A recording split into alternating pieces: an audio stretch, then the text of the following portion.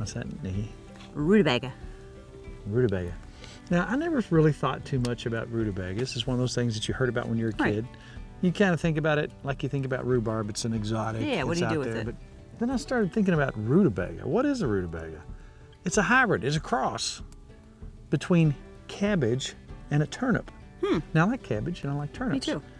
So when Mac sent us rutabagas, I thought, we're going to do something Gotta about use rutabaga. them. That's right. And you know what?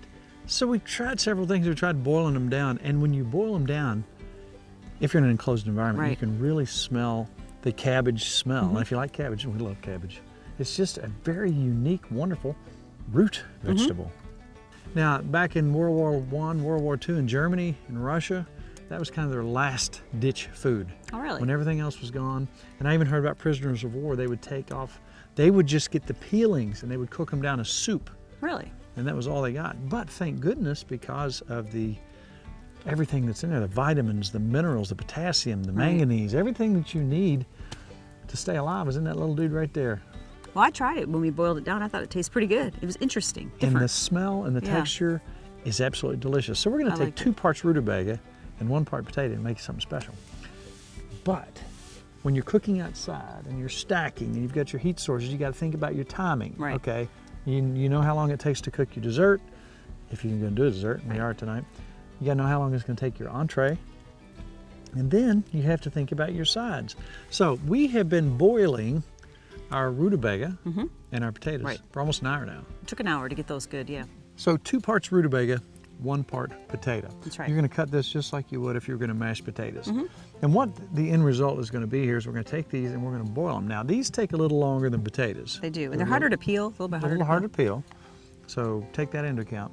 Cut them up just like you'd cut up potatoes. And it takes them about an hour if you just put them on a boil and sit back and watch them. We've had them cooking for over an hour and they're nice and soft. And the smell is fantastic. It is. You know, everybody's had potatoes and that's all fine and good, but you add it and mix it up a little bit. You don't get the big bite you get with turnips. But let's go ahead and peel some of these. 2 to 1, rutabagas, potato.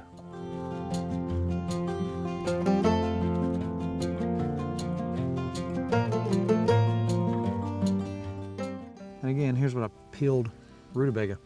And it was harder to peel, you notice? And it's tougher, it's harder to cut It's dense. through too. It's Yes, a very dense not like the material. potato. But the smell, Yeah, I love delicious. it. Absolutely love it. It does smell good.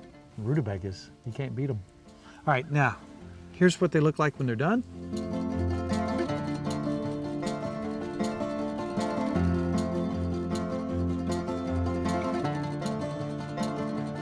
All right, so now I'm just gonna mash, just like you'd mash potatoes. It smells really good. Doesn't it though? Man, isn't it the absolute perfect fall day? Yeah, it is. Now, you notice if you compare the rutabaga to the potato, they've got an orange color that kind of comes out. Like a carrot color, Yeah. aren't they?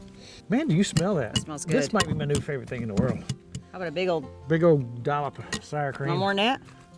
I don't care. Just maybe one more? That'll be kind of like our milk cream. You know what you need? butter. Some butter. Need some butter. How about half a stick of butter? What do you think? That sounds good. Let's give you little pieces here. Salt and pepper? Salt and pepper. Gotta have pepper. Okay, here's what we're gonna do with our potatoes. We're gonna take these off. We're gonna put them into our well-oiled pan. We're gonna put them 350. Then at the very last minute, just for about 15, 20 minutes, the very last minute, we're gonna put a lot of heat on top. We're gonna pull the top off. We're gonna put some cheese and chives on top, and then we are ready to roll.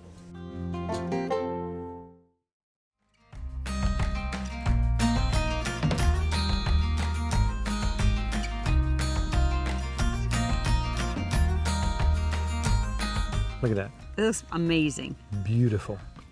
Before it starts raining on our heads, the rutabaga, twice baked rutabaga.